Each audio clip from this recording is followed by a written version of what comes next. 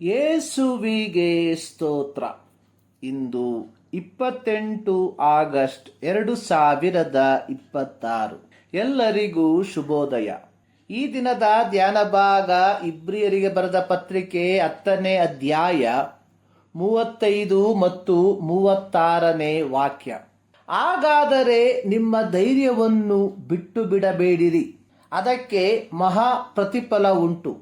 ದೇವರ ಚಿತ್ತವನ್ನು ನೆರವೇರಿಸಿ ವಾಗ್ದಾನದ ಫಲವನ್ನು ಹೊಂದಬೇಕಾದರೆ ನಿಮಗೆ ತಾಳ್ಮೆ ಬೇಕು. ಯೆಹೋವನು ಅಬ್ರಾಮನನ್ನು ಕರೆದಾಗ ಅಬ್ರಾಮನಿಗೆ ಕೊಟ್ಟ ವಾಗ್ದಾನ ಅನ್ನುವಂಥದ್ದು, ನಾನು ನಿನ್ನನ್ನು ದೊಡ್ಡ ಜನಾಂಗವಾಗುವಂತೆ ಮಾಡಿ ಆಶೀರ್ವದಿಸಿ ನಿನ್ನ ಹೆಸರನ್ನು ಪ್ರಖ್ಯಾತಿಗೆ ತರುವೆನು. ನೀನು ಆಶೀರ್ವಾದ ನಿಧಿಯಾಗುವಿ. ನಿನ್ನನ್ನು ಅರಸುವವರನ್ನು ಅರಸುವೆನು, ನಿನ್ನನ್ನು ಶಪಿಸುವವರನ್ನು ಶಪಿಸುವೆನು. ನಿನ್ನ ಮೂಲಕ ಭೂಲೋಕದ ಎಲ್ಲ ಕುಲದವರಿಗೂ ಆಶೀರ್ವಾದ ಉಂಟಾಗುವುದು. ಆದಿಕಾಂಡ 12, 2 ಮತ್ತು 3ನೇ ವಾಕ್ಯ.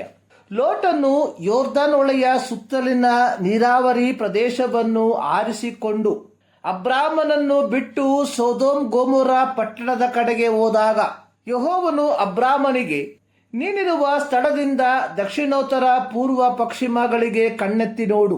ನೀನು ನೋಡುವ ದೇಶವನ್ನೆಲ್ಲ ನಿನಗೂ ನಿನ್ನ ಸಂತತಿಗೂ ಶಾಶ್ವತವಾಗಿ ಕೊಡುವೆನು. ಆದಿಕಾಂಡ 13, 10-15. ಆದಿಕಾಂಡ 15ನೇ ಅಧ್ಯಾಯಕ್ಕೆ ಬರುವಾಗ ಯೆಹೋವನು ಅಬ್ರಾಮನೊಂದಿಗೆ ಯಜ್ಞದ ಮೂಲಕ ಒಡಂಬಡಿಕೆಯನ್ನು ಮಾಡಿಕೊಂಡ ತರುವಾಯ ಹೇಳಿದ್ದು, ಐಗುಪ್ತ ದೇಶದಿಂದ ಯುಪ್ರಟಿಸ್ ಮಹಾನದಿಯವರೆಗೂ ಈ ದೇಶವನ್ನೆಲ್ಲ ನಿನ್ನ ಸಂತತಿಯವರಿಗೆ ಕೊಟ್ಟಿದ್ದೇನೆ. ಅಂದರೆ ಕೆನೀಯರು, ಕಿರಿಜಿನಿಯರು, ಕದ್ಬೋನಿಯರು, ಇತ್ತಿಯರು, ಪಿರಿಜಿಯರು, ರೆಫಾಯರು, ಅಮೋರಿಯರು, ಕಾನಾನ್ಯರು, ಗಿರ್ಗಾಷಿಯರು, ಯಬುಸಿಯರು ವಾಸವಾಗಿರುವ ದೇಶವನ್ನು ಕೊಡುವೆನೆಂದು ವಾಗ್ದಾನ ಮಾಡಿದನು. ಆದಿಕಾಂಡ 15, 18-21.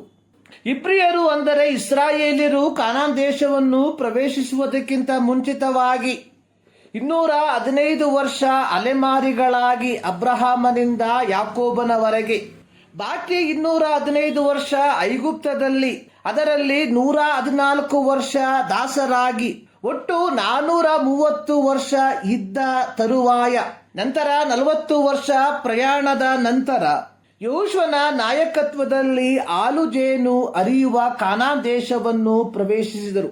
ಯೆಹೋವ ದೇವರು ಇಬ್ರಿಯರಿಗೆ ಅಥವಾ ಇಸ್ರಾಯೇಲ್ಯರಿಗೆ ವಾಗ್ದಾನ ಮಾಡಿದ್ದು ಐಹಿಕ ದೇಶವಾಗಿದ್ದು, ಅದನ್ನು ಅವರು ಹೊಂದಿಕೊಂಡ ತರುವಾಯ ಅವಿಧೇಯರಾದ ಫಲವಾಗಿ ಹೊಂದಿಕೊಂಡದ್ದನ್ನು ನಷ್ಟಪಡಿಸಿಕೊಂಡರು.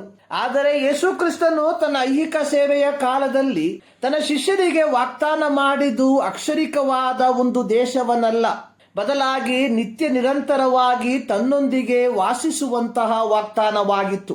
ಯೇಸು ಸ್ವಾಮಿಯು ತಾನು ಅನುಭವಿಸಲಿರುವ ಶ್ರಮೆ ಮರಣದ ಕುರಿತಾಗಿ ತನ್ನ ಶಿಷ್ಯರಿಗೆ ಹೇಳಿದಾಗ ಅವರು ಕಳವಳಗೊಂಡರು. ಆಗ ಯೇಸು ಅವರಿಗೆ ಹೇಳಿದ್ದು, ನಿಮ್ಮ ಹೃದಯವು ಕಳವಳಗೊಳ್ಳದೇ ಇರಲಿ. ದೇವರನ್ನು ನಂಬಿರಿ, ನನ್ನನ್ನು ನಂಬಿರಿ.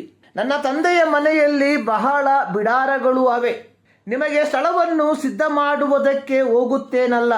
ನಾನು ಹೋಗಿ ನಿಮಗೆ ಸ್ಥಳವನ್ನು ಸಿದ್ಧ ಮಾಡಿದ ಮೇಲೆ ತಿರುಗಿ ಬಂದು ನಿಮ್ಮನ್ನು ಕರಕೊಂಡು ಹೋಗಿ ನನ್ನ ಬಳಿಗೆ ಸೇರಿಸಿಕೊಳ್ಳುವೆನು. ಯಾಕೆಂದರೆ ನಾನಿರುವ ಸ್ಥಳದಲ್ಲಿ ನೀವು ಸಹ ಇರಬೇಕು. ಯೋಹಾನ 14, 1-4.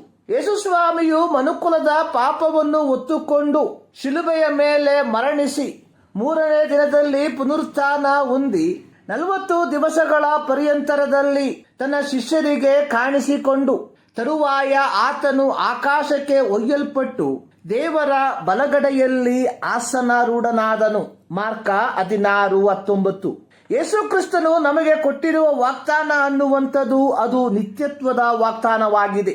ಯೋಹಾನ 3:16 ಬರೆದಿರುವಂಥದ್ದು, ದೇವರು ಲೋಕದ ಮೇಲೆ ಎಷ್ಟೋ ಪ್ರೀತಿಯನ್ನಿಟ್ಟು ತನ್ನ ಒಬ್ಬನೇ ಮಗನನ್ನು ಕೊಟ್ಟನು. ಆತನನ್ನು ನಂಬುವ ಒಬ್ಬನಾದರೂ ನಾಶವಾಗದೆ ಎಲ್ಲರೂ ನಿತ್ಯ ಜೀವವನ್ನು ಪಡೆಯಬೇಕೆಂದು ಆತನನ್ನು ಕೊಟ್ಟನು. ಪೇತ್ರನು ತನ್ನ ಪತ್ರಿಕೆಯಲ್ಲಿ ಬರೆದಿರುವಂಥದ್ದು, ಯಾವನಾದರೂ ನಾಶವಾಗುವುದರಲ್ಲಿ ಆತನು ಇಷ್ಟಪಡದೆ ಎಲ್ಲರೂ ತನ್ನ ಕಡೆಗೆ ತಿರುಗಿಕೊಳ್ಳಬೇಕೆಂದು ಅಪೇಕ್ಷಿಸುವನಾಗಿದ್ದು ನಿಮ್ಮ ವಿಷಯದಲ್ಲಿ ದೀರ್ಘಶಾಂತಿಯುಳ್ಳವನಾಗಿದ್ದಾನೆ. 2 ಪೇತ್ರ 3:9. ಪ್ರಕಟಣೆ ಪುಸ್ತಕ 6ನೇ ಅಧ್ಯಾಯಕ್ಕೆ ಬರುವಾಗ ದೇವರ ವಾಕ್ಯದ ನಿಮಿತ್ತವಾಗಿ, ತಾವು ಹೇಳಿದ ಸಾಕ್ಷಿಯ ನಿಮಿತ್ತವಾಗಿ ಹತವಾದವರ ಆತ್ಮಗಳು ಯಜ್ಞವೇದಿಯ ಕೆಳಗಿನಿಂದ, ಒಡೆಯನೇ, ಪರಿಶುದ್ಧನೂ ಸತ್ಯವಂತನೂ ಆಗಿರುವಾತನೇ, ಭೂನಿವಾಸಿಗಳು ನಮ್ಮನ್ನು ಕೊಂದದಕ್ಕಾಗಿ ನೀನು ಎಷ್ಟು ಕಾಲದವರೆಗೆ ನ್ಯಾಯ ವಿಚಾರಿಸದೆಯೂ ಪ್ರತಿದಂಡನೆ ಮಾಡದೆಯೂ ಇರುವಿ ಎಂದು ಮಹಾಶಬ್ದದಿಂದ ಕೂಗಿದರು.